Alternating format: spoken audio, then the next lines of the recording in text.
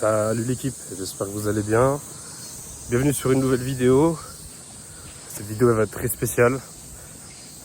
Pourquoi? Parce que je m'apprête à aller louer la caisse de mes rêves, les gars. Je suis actuellement au beau milieu de la campagne japonaise. Je crois que c'est Shiba, la préfecture. Et voilà, là je marche vers l'agence de location. Et la journée va être incroyable. Donc j'ai loué ce véhicule 24 heures. Et vous allez voir les gars, c'est quelque chose. Je vous filme un petit peu aussi là où je suis, c'est sympa. Et voilà les gars. Donc, vous voyez, ça change de Tokyo. C'est clair que c'est très différent, mais c'est très sympa aussi. J'avais jamais vu encore la campagne, ou en tout cas les petites villes japonaises. Donc voilà les gars. Je me dirige vers l'agence. Il y en a pour de Tokyo, en tout cas de là où moi j'ai mon hébergement. J'en ai eu pour 1h30, voire 1h40. Je suis parti ce matin à 7h. Et là il est 8h50. J'ai juste un peu tardé parce que j'avais plus de points sur ma Suica Card. Et du coup j'ai dû la recharger, la retirer, enfin bref. Mais voilà la team, j'espère que cette vidéo va vous plaire. Et que vous allez kiffer autant que moi je vais kiffer cette journée, cette aventure, cette expérience. Je vous ferai aussi une petite vidéo explication sur comment j'ai fait pour louer cette voiture, comment conduire au Japon. Voilà, je vous montrerai ça les gars et puis je vous laisse pour la suite.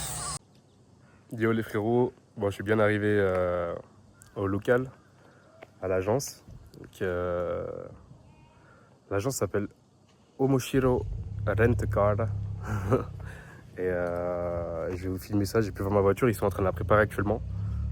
Donc ça va être quelque chose, j'ai pas été les voir encore, mais je suis juste à l'entrée, je vais juste filmer ça un peu, les voitures qu'il y a de plus près. Et voilà les gars. Donc ça c'est l'entrée. Vous voyez, il y a des caisses un peu partout. Petite GT86 ou GR86, je sais pas, je pense que c'est une GR, il y a moyen. Et voilà, en tout cas ça ressemble à ça. Et je vais aller récupérer ma petite. Bon, la remise des papiers est faite les gars. J'ai récupéré les clés du véhicule, voilà à quoi ça ressemble. Il y a plusieurs voitures, et il y en a même beaucoup. Il y en a pour tous les goûts finalement. Donc, petite Mitsubishi Evo ici aussi. Honda, beaucoup de Honda là-bas, type R. Franchement, il y a de tout. Petite Porsche, petite Mégane 4 RS. Salut les gars les Français, on est ensemble. Là vous avez R35, Fairlazy la dernière. Les R35 sont là. Hein. Dédicace mon gars Yaya. Ta prochaine, elle est là frérot. Non, il y a vraiment le choix, franchement. Ils ont beaucoup de véhicules. Très sympa. Petite 370Z. Petite Abarth, what the fuck, incroyable. Fairlazy. Bah, franchement, ils ont de quoi faire. Incroyable. R32. R33 juste là, R32. Silvia S15 je crois, ouais, S15. En blanc, AMG GT. Incroyable. Donc, ils ont vraiment pas mal de caisses. Je pense que c'est littéralement le meilleur endroit si vous voulez louer au Japon. Parce qu'il y a vraiment le choix. Et surtout, le prix n'est pas exorbitant.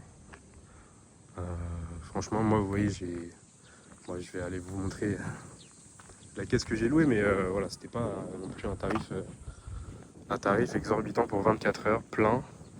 Surtout vu la voiture que c'est. Donc voilà, je vous conseille. En plus, comment dire, c'est très clair. Les explications, vous avez un guide qui vous est fourni, très sympa le monsieur. Donc voilà. Et moi j'ai loué juste celle-là, juste là. Donc voilà les gars. Incroyable, j'ai encore du mal à réaliser. J'espère que je vais pas trop en chier pour conduire à gauche par contre. Et avec un volant à droite. Mais bon. On verra ça si vous ne voyez pas la vidéo, les gars. De toute façon, c'est que je suis sûrement en geôle au Japon. Voilà. Bon, on se retrouve plus tard les mecs. Ciao ciao.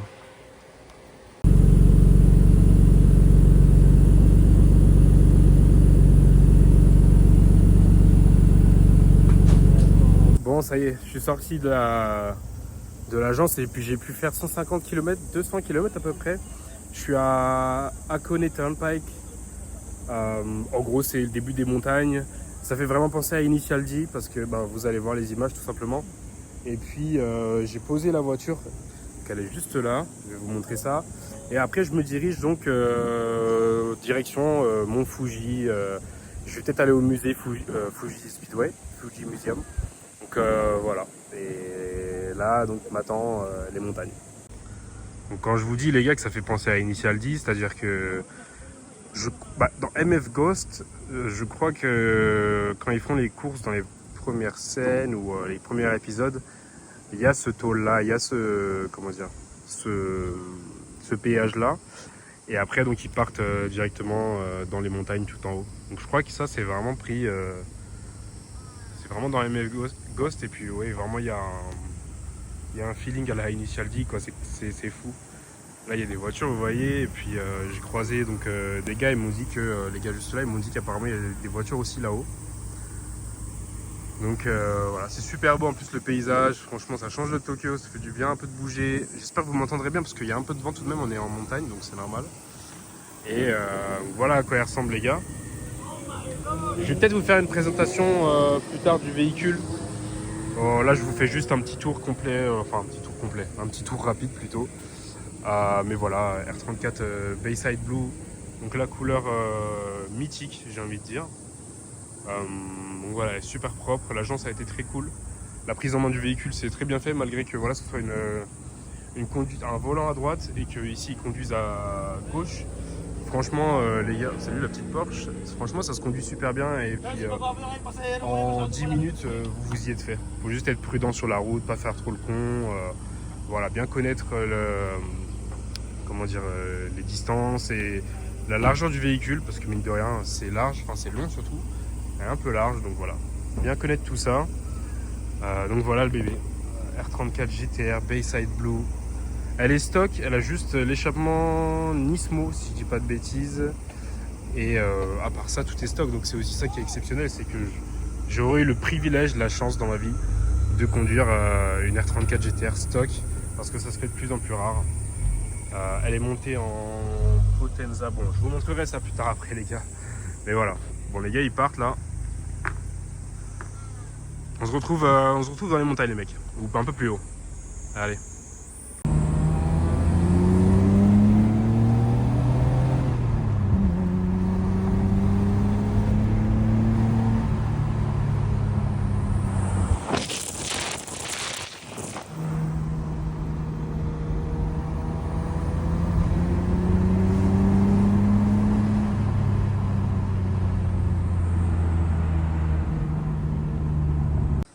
Donc voilà la bête, la magnifique Nissan GTR R34 Bayside Blue, juste devant le Fuji Speedway, et on a le mont Fuji qui est juste là, derrière un petit nuage.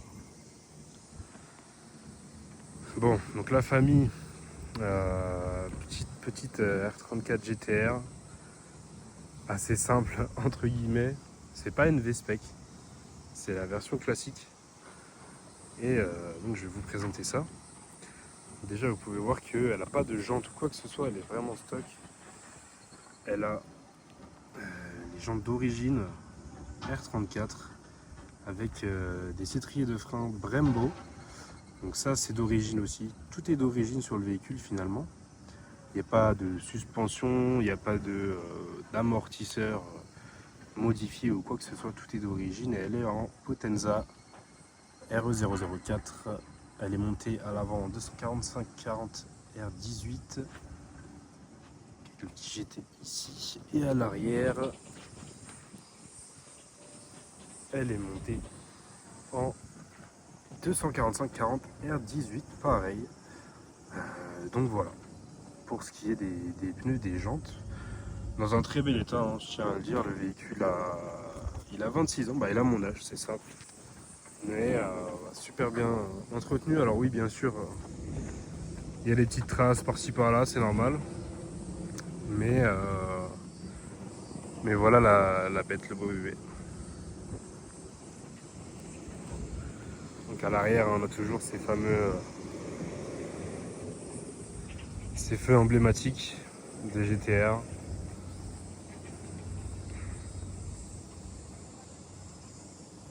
Avec la petite plaque 34. Que, pour info les gars, au Japon, le petit Hiragani, c'est comme ça qu'on dit, je sais pas.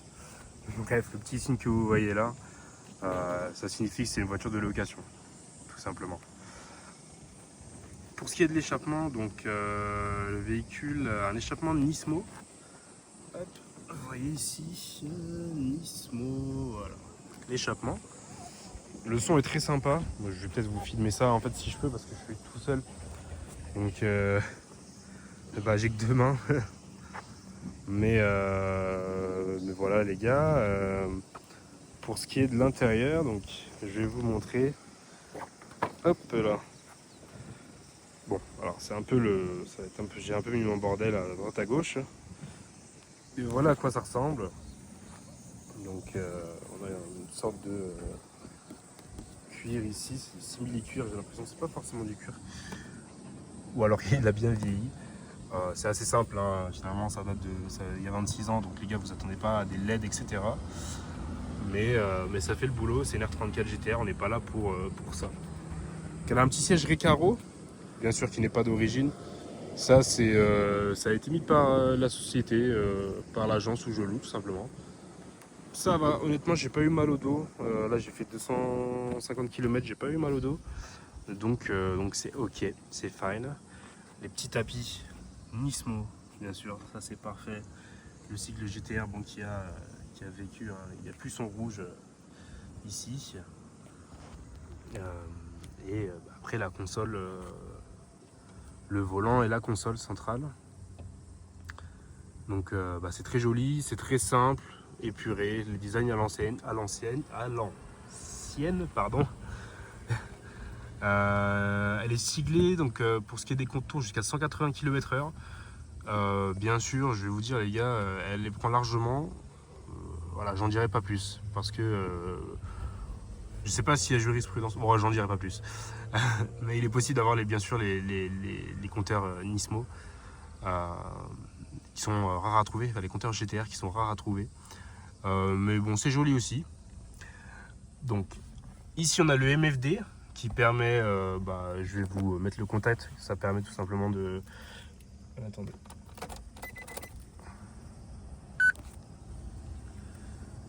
Ça permet de voir. Voilà.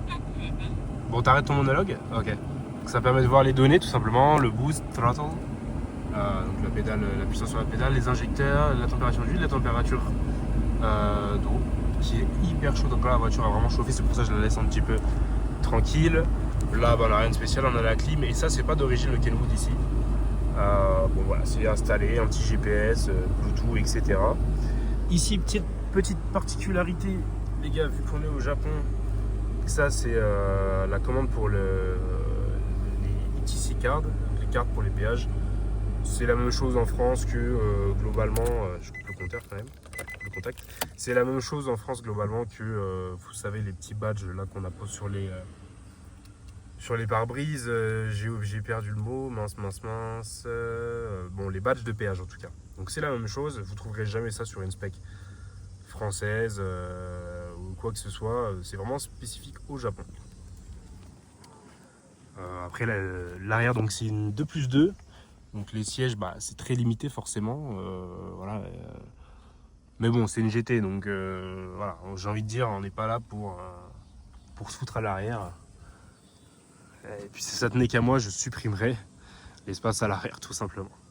Bon, on va passer à la baie moteur les gars, je vais vous ouvrir ça. Je fais un petit cut, je vous ouvre ça et je vous montre ça. Voilà, je vous ai ouvert le compartiment moteur. Je vais pas vous cacher, je vais failli me brûler, c'est tellement chaud. La voiture a bien chauffé. Comme vous le voyez, bon, c'est une voiture qui a bien vécu parce que la belle moteur, bah, elle est vieille et quelque peu sale. Mais nous, on s'en fout parce que tout ce qu'on a, nous, devant les yeux ici, c'est le RB26 DETT, le fameux. Donc, voilà, à quoi ça correspond. Double arbre à cam. C'est un 6 cylindres en ligne, donc L6. La voiture développe 280 chevaux, mais peut-être probablement plus. À l'époque, 280 chevaux pour les constructeurs japonais, c'était la limite suite au Gentleman Agreement. Mais bon, là je l'ai conduite et je me dis que ça fonctionne vraiment bien. Je pense qu'il y a 300 chevaux facile. Bon, je pense qu'elle sortait plus d'usine. Donc on est sur une boîte 6 rapports, boîte manuelle 6 rapports, Getrag. Et on a la transmission intégrale, donc 4 roues motrices ATESA, la fameuse technologie qui à l'époque a fait de cette voiture une voiture redoutable.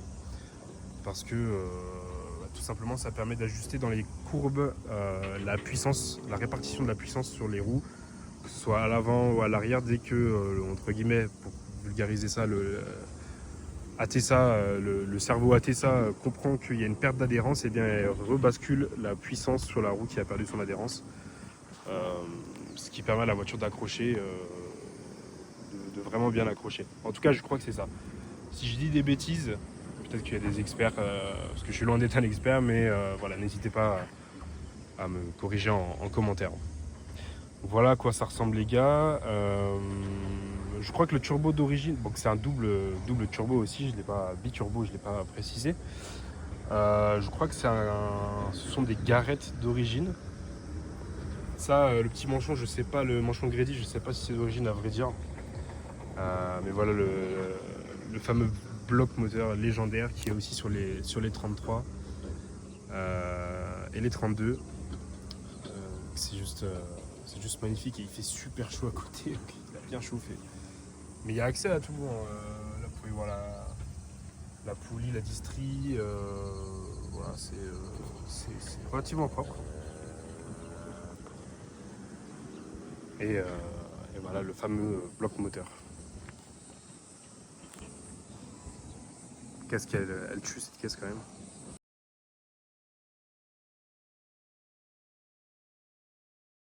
On the screen you will see A wreck, yeah. exactly. And what you can do as well, wait, hold on. What you can do is put the night vision. Sheesh. Here? Yeah. It's put already. Yo, that's a every rapper trying to be like, Yes, sir. damn, bro. This is tough, bro. God damn.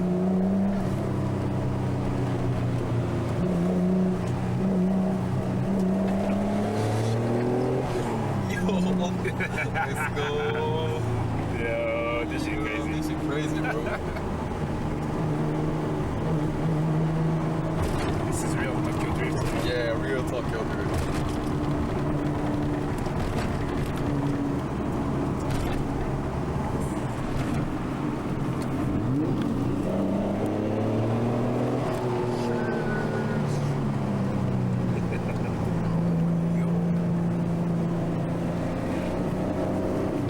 Yes, sir.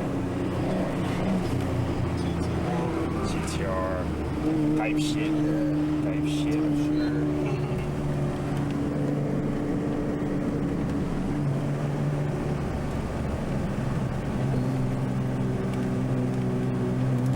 So Without night vision. oh yeah, It looks cool. Without- yeah, without I did it, yeah. yeah, So cool. yeah, it looks nice. You see, Even if it's without night vision, it looks so nice. good, Yeah, looks yeah, good. yeah. And then you can bright the colors, you know, Yeah. on the after film, you know. Yeah, that's true, bro. Type shit.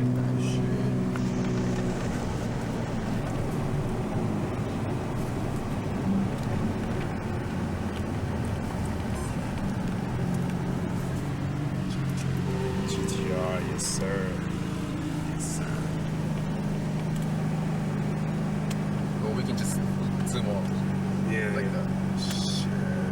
And with the fisheye, it does this kind of effect. Yeah. You see, like it's blurred when you zoom in, and then when you zoom out, it's unblurred. So it's really Yeah. crazy. It's really nice.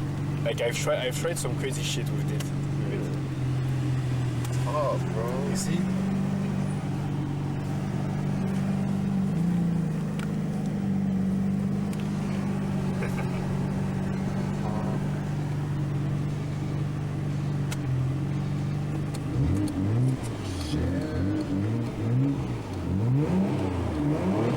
Yeah.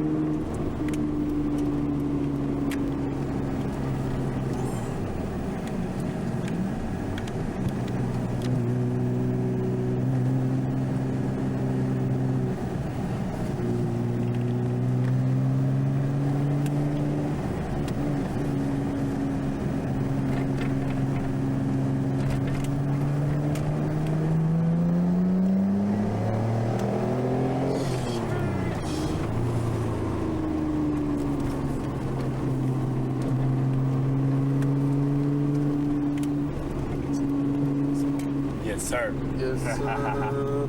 Yeah, I know. Let's go.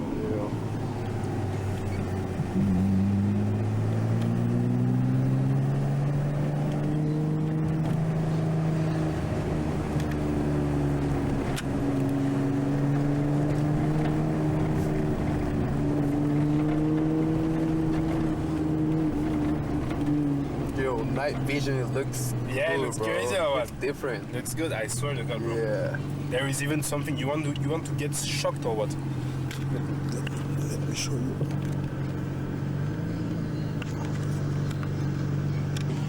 Yeah, goddamn, bro. Yes, sir. Yes, sir. Hey.